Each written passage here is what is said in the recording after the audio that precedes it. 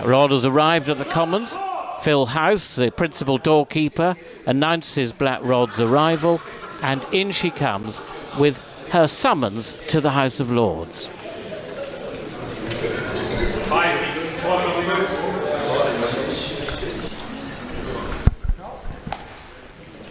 You're all right, just going to take the night off.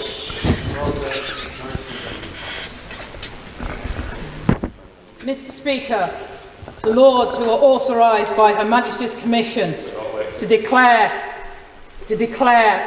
her royal assent to acts passed by both Houses and to also declare the prorogation of Parliament, desire the presence of this honourable House. Really? No.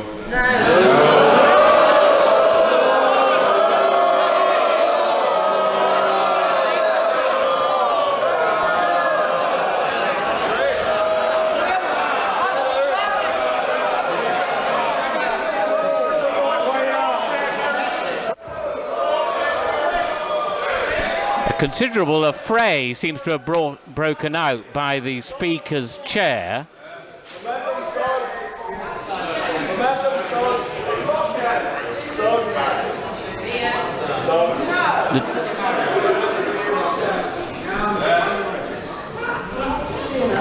And there are placards being held up, which I'm afraid I can't read.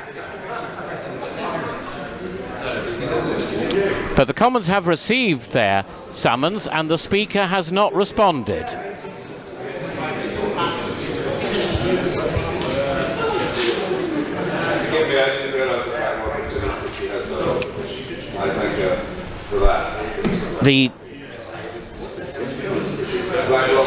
The acting Sergeant at Arms has arrived to collect the mace.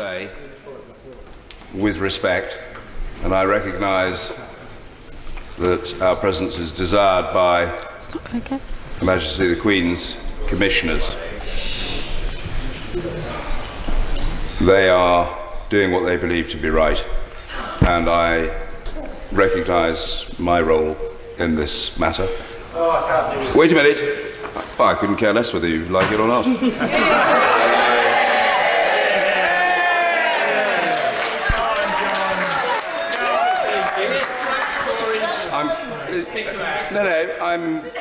I'm more than happy if people have got the basic tolerance and manners to listen, they'd hear. I'm perfectly happy, as I've advised others, to play my part. But I do want to make the point that this is not a standard or normal prorogation. It is. I don't require any assistance from you, Mr. Stevenson. You wouldn't have the foggiest idea where to start in seeking to counsel me on this important. I require no response from you. I require no response from you, young man. I require no response from you, young man. I require no response from you. Get out, man. You will not be missed. Please do your job. I had already made the point that people have the manners to listen, which they haven't. That I will play my part. This is not, however, a normal prorogation. It is not typical. It is not standard. It's one of the longest for decades, and it represents, not just in the minds of many colleagues, but huge numbers of people outside, an act of executive fiat.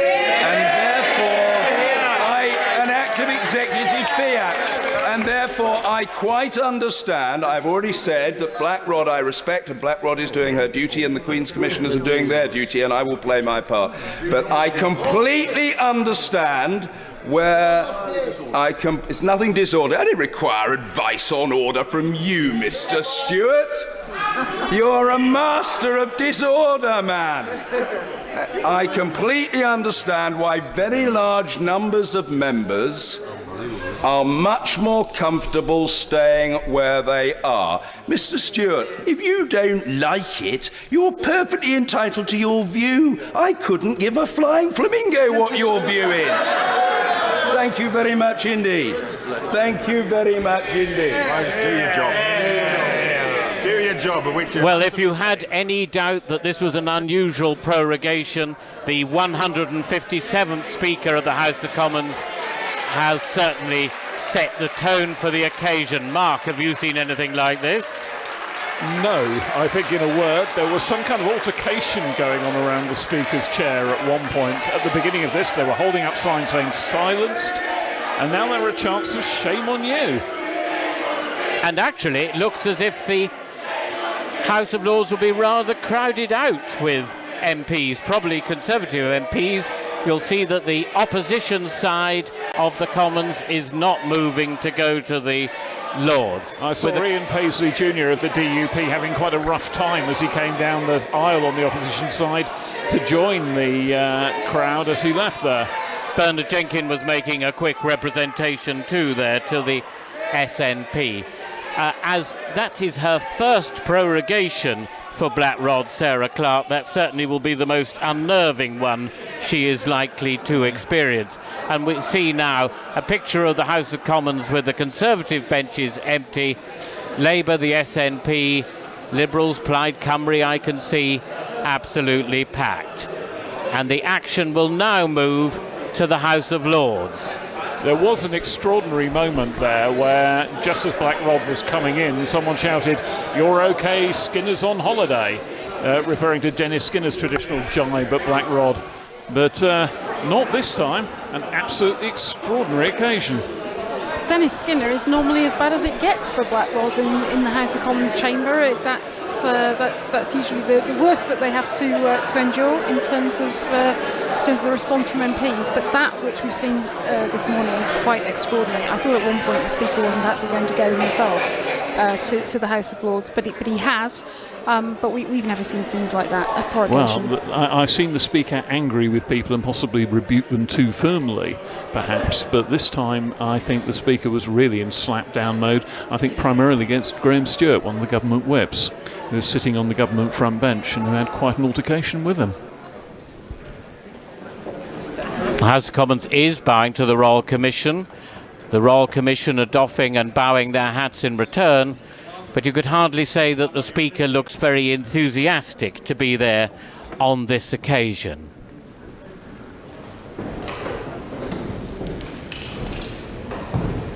And now the Leader of the Lords and Lord Privy Seal will explain what is going to happen. Members of the House of Commons, Her Majesty, not thinking fit to be personally present here at this time, has been pleased to cause a commission to be issued under the Great Seal and thereby given her royal assent to an act which has been agreed upon by both Houses of Parliament, the title whereof is particularly mentioned, and by the said Commission has commanded us to declare and notify her royal assent to the said act in the presence of you, the Lords and Commons assembled for that purpose, and has also assigned to us and other Lords directed full power and authority in Her Majesty's name to prorogue this present Parliament, which commission you will now hear read. The reading clerk will now read the commission. Elizabeth II, by the grace of God of the United Kingdom of Great Britain and Northern Ireland, and of our other realms and territories, Queen, Head of the Commonwealth, Defender of the Faith, to our right trusty and right well-beloved, the Lords spiritual and temporal, and to our trusty and well-beloved, the knights, citizens and burgesses of the House of Commons in this present Parliament assembled, greeting.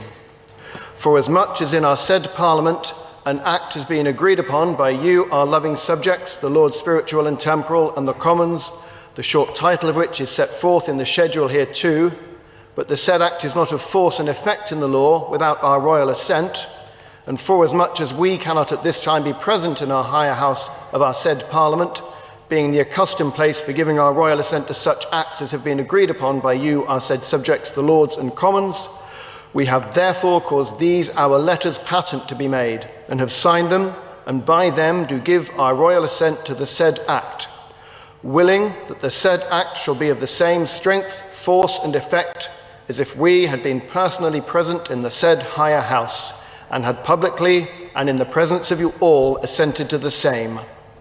Commanding also our well-beloved and faithful counsellor, Robert James Buckland, Chancellor of Great Britain, to seal these our letters with the great seal of our realm, and also commanding the most reverend Father in God, our faithful counsellor Justin Portal, Archbishop of Canterbury, Primate of all England and Metropolitan, our well-beloved and faithful counsellors Robert James Buckland, Chancellor of Great Britain, Peter Norman, Lord Fowler, Lord Speaker,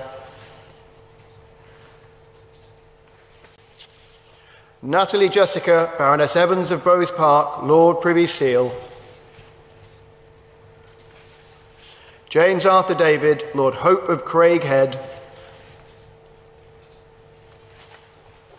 or any three or more of them, to declare this our royal assent in the said higher house, in the presence of you, the said Lords and Commons, and the clerk of our parliaments, to endorse the said act in our name as is requisite, and to record these our letters patent, and the said act in manner accustomed.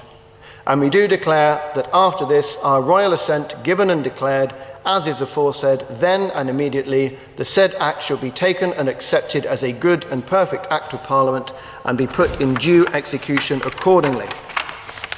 And whereas we did lately, for diverse difficult and pressing affairs concerning us, the state and defence of our United Kingdom and Church, ordain this our present Parliament to begin and be holden at our city of Westminster, the 13th day of June in the 66th year of our reign, on which day our said Parliament was begun and holden, and is there now holden, know ye that for certain pressing causes and considerations, us especially moving, we have thought fit to prorogue our said Parliament.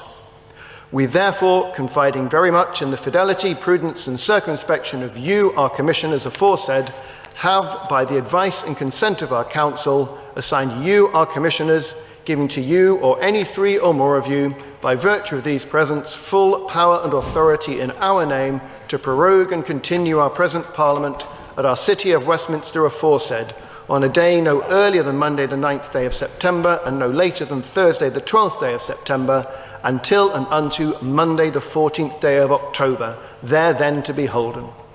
And we command you that you diligently attend the premises and effectually fulfil them in manner aforesaid.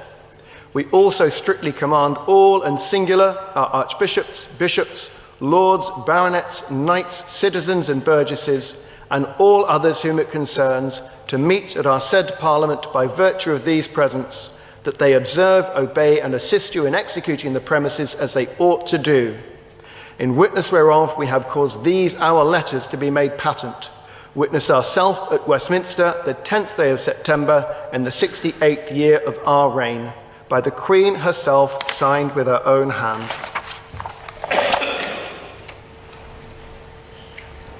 Now the Act title, or the Bill title, will be read by the Clerk of the Crown. In obedience to Her Majesty's commands, and by virtue of the commission which has been now read, we do declare and notify to you, the Lords Spiritual and Temporal and Commons in Parliament assembled, that Her Majesty has given her royal assent to the Act in the commission mentioned, and the clerks are required to pass the same in the usual form and words. Richard Heaton, the Clerk of the Crown, will declare the title, and Ed Ollard, the Clerk of the Parliaments, will give the royal assent. Parliamentary Buildings Restoration and Renewal Act. La Reine le vote. The Queen wishes it. And we had one other act passed today, and that was the EU Withdrawal Act. House of Commons, we are commanded to deliver to you Her Majesty's speech in Her Majesty's own words. My Lords and members of the House of Commons, my government's legislative programme has laid the foundation for the United Kingdom's departure from the European Union while pursuing wide-ranging domestic reform. Landmark legislation was passed and has now been commenced to repeal the European Communities Act. Other laws are in place to enable the United Kingdom's smooth exit from the European Union, establishing new arrangements on international sanctions, nuclear safeguards, customs, and reciprocal healthcare arrangements. Close to 600 statutory instruments have been made to ensure a functioning statute book following the United Kingdom's departure from the European Union. The stability and strength of the Union that joins England, Scotland, Wales and Northern Ireland has been at the forefront of my government's agenda. Preserving and promoting the social, economic and cultural bonds that unite this nation remains of the utmost importance to my government. My government continues to work to ensure that locally accountable politicians can take decisions in Northern Ireland at the earliest opportunity. It has been an enduring focus of my government to strengthen the economy, to support the creation of jobs and to generate the tax revenues needed to invest in the National Health Service, schools and other public services. Improving public finances while keeping taxes low has been a priority for my government. Legislation passed this session has provided 100% relief from business rates for agricultural nurseries and, for a period of 5 years from April 2017, properties used for the purpose of new fibre infrastructure. My government has set out a programme of work to improve productivity and help businesses create high-quality, well-paid jobs across the United Kingdom. In 2019, more than 1 million workers benefited from the largest increase to the national living wage since it was first introduced. My ministers have worked to attract investment in infrastructure to support economic growth. Legislation has been passed to ensure that the United Kingdom remains a world leader in new industries, including electric cars and commercial satellites. My government has continued to support international action against climate change, including implementation of the Paris Agreement. Recognising the need for bold steps to protect the planet, a commitment to reach net zero carbon emissions by 2050 was enshrined in law, making the United Kingdom the first major economy to do so. Draft legislation was published, which will establish a new body to ensure the United Kingdom's high environmental standards are maintained and to protect and improve the environment for future generations. My government has legislated to protect animals, including bans on the sale of ivory, puppies and kittens by commercial third parties, and the use of wild animals in travelling circuses in England. Voyeurism offences have been recognised as the crimes that they are, and legislation has been passed to ensure the courts have powers to take swift action to protect children who are identified as at risk of female genital mutilation. In presenting my long-term plan for the National Health Service in England, my government strengthened its commitment to ensuring there is a world-class health system that supports everyone from birth through the challenges that life brings and into old age. My government is committed to ensuring mental health support is available to all who need it and to protecting the fundamental human rights of the most vulnerable in society. Legislation enacted this session will increase access to protections and put in place robust safeguards for those who are deprived of their liberty.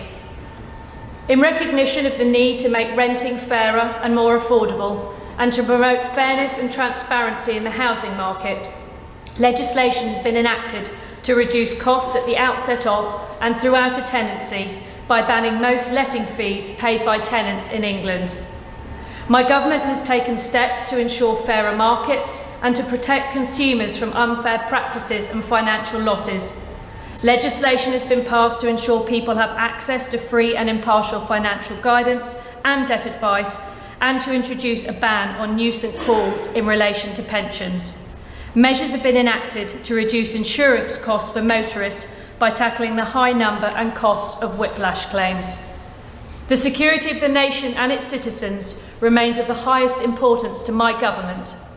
In this session, legislation has been passed to ensure the police and security services have the powers they need to keep the population safe in the face of evolving threats of terrorism. Legislation passed this session marks a significant step towards my government's commitment to tackle serious violence on the streets of the United Kingdom. Laws are now in place to prevent young people from purchasing dangerous weapons and to prosecute those who possess such items or sell them without imposing rigorous age verification. The defence of the realm remains an utmost priority for my government, which it has supported through investment in our gallant armed forces. As a leading member of the international coalition against Daesh, the United Kingdom played a critical role in the military defeat of Daesh's so-called caliphate in March of this year. While the Middle East continues to suffer from serious conflict, my government has played a leading role in de-escalating regional tensions. My government has also played a key role in international efforts to protect the United Kingdom and its allies from hostile threats, including in response to the chemical weapon attack in Salisbury. As a permanent member of the United Nations Security Council, my government has provided political and diplomatic support to peace efforts in Yemen, Libya and Syria, as well as mitigating the human cost of these tragedies through the provision of substantial humanitarian assistance. Prince Philip and I were pleased to welcome Their Majesties King Philippe and Queen Letizia of Spain, and we also welcome King Willem Alexander and Queen Maxima of the Kingdom of the Netherlands, and the President and First Lady of the United States of America on state visits. Prince Charles and I were delighted to attend a national commemorative event to honour and remember the heroism, courage and sacrifice of the many servicemen and women who participated in the D-Day landings. Members of the House of Commons, I thank you for the provisions which you have made for the work and dignity of the Crown and for the public services. My Lords and members of the House of Commons, I pray that the blessing of Almighty God may rest upon your councils. My Lords and members of the House of Commons, by virtue of Her Majesty's commission, which has been now read, we do, in Her Majesty's name and in obedience to Her Majesty's commands, prorogue this Parliament to Monday the 14th day of October, to be then here holden, and this Parliament is accordingly prorogued to Monday the 14th day of October.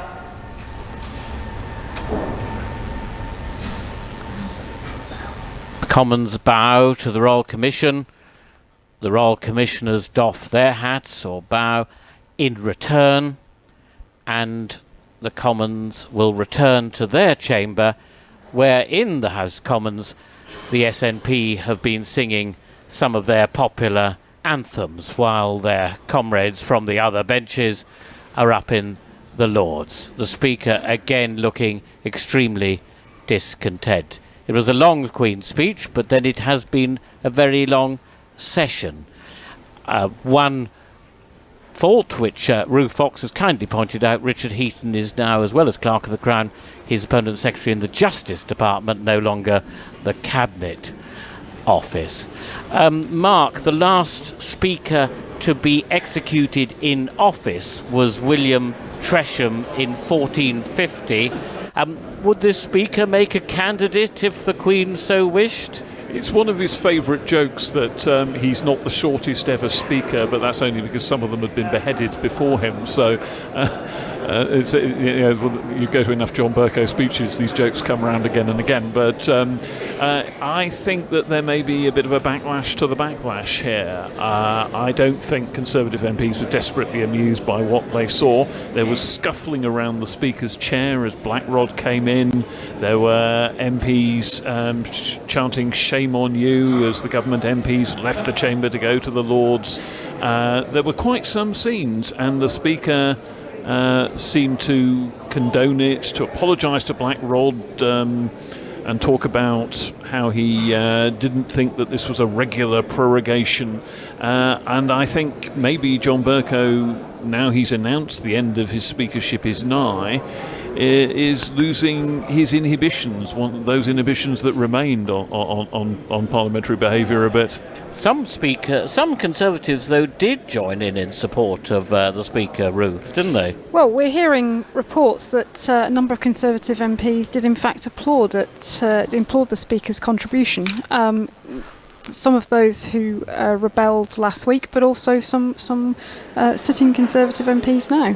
Neil Baverstock, the yeoman usher of the Black Rod, picks up the mace and is going to escort the Royal Commissioners out of the chamber. And as he does that, we shall return to the House of Commons, where the Speaker is taking his place, to really what amounts to tumultuous applause from the opposition MPs.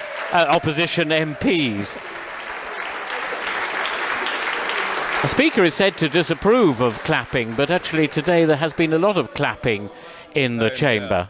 The Speaker will now take us through what's happened. Who said it was offered?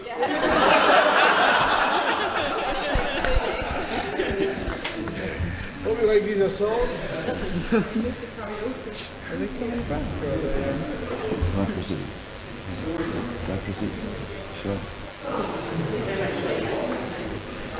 Government MPs don't seem to be coming into the chamber again. Order. I have to acquaint the House that the House has been to the House of Peers, where a commission under the Great Seal was read, authorising the royal assent to the following Act. Parliamentary Buildings, brackets, Restoration and Renewal, close brackets, Act 2019. I have further to acquaint the House that the Leader of the House of Lords, one of the Lords Commissioners, delivered Her Majesty's most gracious speech to both Houses of Parliament in pursuance of Her Majesty's command.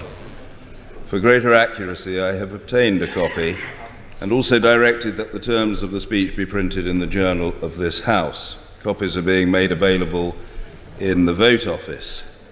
The Commission was also for proroguing this present Parliament, and the Leader of the House of Lords said, "My Lords and members of the House of Commons, by virtue of Her Majesty's commission, which has now been read, we do in Her Majesty's name and in obedience to Her Majesty's command prorogue this Parliament to Monday the 14th day of October, to be then here holden, and this Parliament is accordingly prorogued to Monday the 14th day of October." Look at the light behind the door. Come on in. Ruth, the opposition benches boycotted going to the House of Lords. The government benches have boycotted returning to the Commons. Yes, they clearly don't want to listen to the Speaker anymore for today.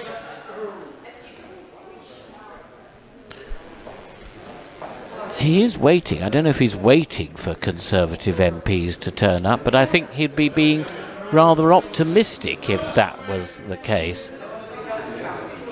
The Speaker's secretary has now arrived and is probably apprising the Speaker of the situation. There are a few Conservatives there on the left-hand side of your screen, and they were ones who decided not to go to the House of Lords, maybe because they just thought it would be too full.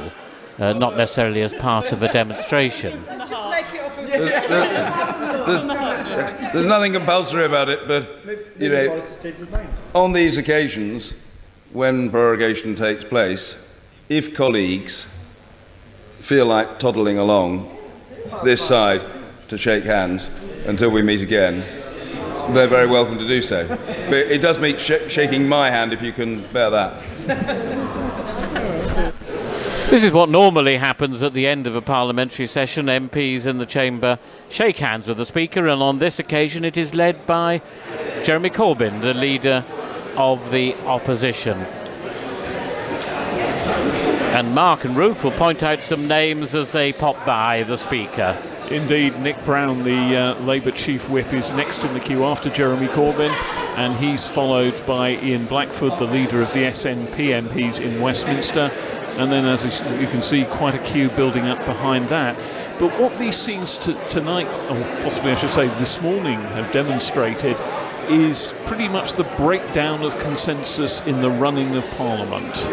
The opposition is not taking part in some parts of the ritual, and it now looks like the government side isn't keen to take part in other parts of the ritual. That maybe things will calm down over the ensuing prorogation break. They have 5 whole weeks now, possibly to simmer down a bit. But this is not a good sign for what Parliament might be like when there's a state opening and a Queen's speech in a few weeks' time, especially given that the government may be going into that Queen's speech without a majority, and possibly even in the expectation that they can provoke a vote of no confidence against them. Valerie Baz, the opposition spokesman for House Commons Affairs, getting a kiss from the Speaker there. It's quite exciting. I think that's John McDonnell, the Shadow Chancellor, now exchanging a few words with Mr. Speaker. It looks like it's mostly opposition MPs, with perhaps a few Conservatives just in the background there. I think Richard Drax, a Conservative backbencher, just leaving the chamber. The irony is actually, for a regular prorogation, there are probably more MPs in total left behind to shake the Speaker's hand. But on this occasion, they are almost exclusively opposition MPs.